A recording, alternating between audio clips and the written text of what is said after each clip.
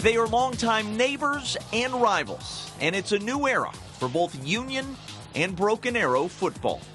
The Tigers at 5-2 already showing major improvement under new head coach Travis Hill. The Redhawks, who got off to a rough start under new head coach Antonio Graham, starting to roll, and like BA, now sitting 3-1 in district play, giving this matchup some major postseason ramifications. The jungle will be rocking as these next-door neighbors renew one of Green Country's greatest rivalries.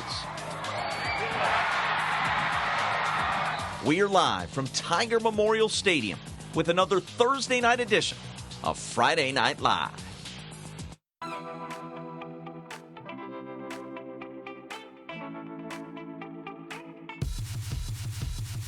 It's time for Friday Night Live on 2 News Oklahoma, sponsored by Brahms.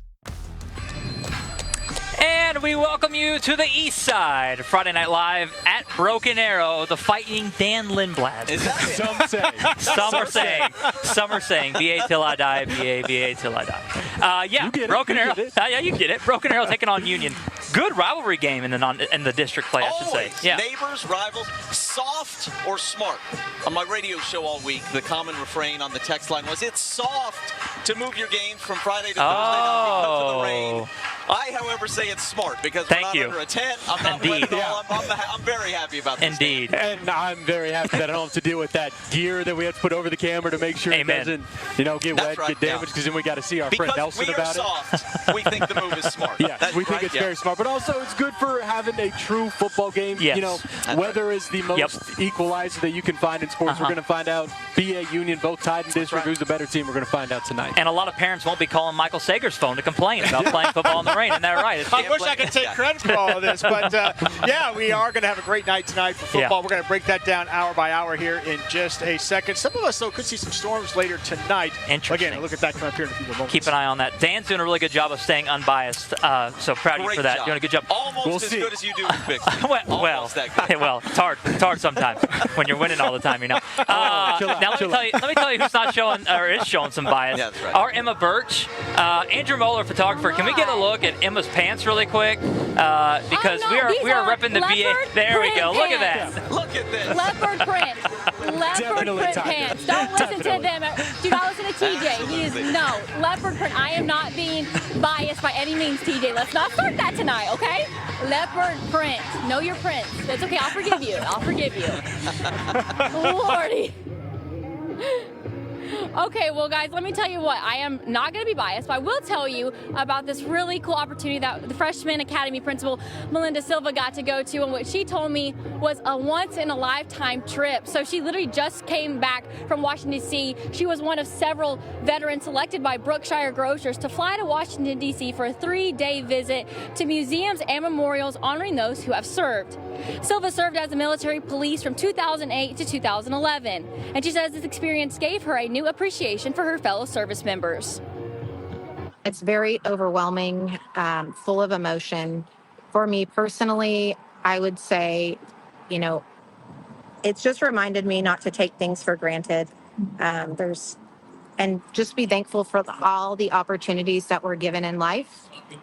And it's been, I think the best part for me has been getting to know the other veterans on the trip, because they all have a story. They all are willing to tell their story, and I want to make sure that they're heard. The trip was fully paid by Brookshire Grocers, and American Airlines donated the flights to the veterans. I asked Silva how she went from being into the military to being a principal, and she said it was something she always wanted to do. She says that working for Broken Arrow has been truly a blessing, and that with the district, they treat her a lot like the military, and that everyone is the same, and they want them to grow, and she really appreciates that. Now, she and the veterans actually flew back Wednesday evening, safely made it home, where they had a huge welcome home party with all their families and friends, giving that big warm welcome back to the Sooner State. Now, I will say, Michael, this weather right now is perfect. I will say I am very glad they did push it up, because I think there's maybe a little bit of rain in the forecast. So let's listen to Michael Sager for our first look at weather. Oh, it is a perfect evening for football here in Broken Arrow tonight. Some high-level clouds filtering through. Amazing and comfortable temperatures right now. Let's take a look at some of those numbers right now. Tulsa, 76 degrees. Few of us in the upper 80s as you go farther, or upper 70s, I should say, farther south and west. And then notice a little cooler.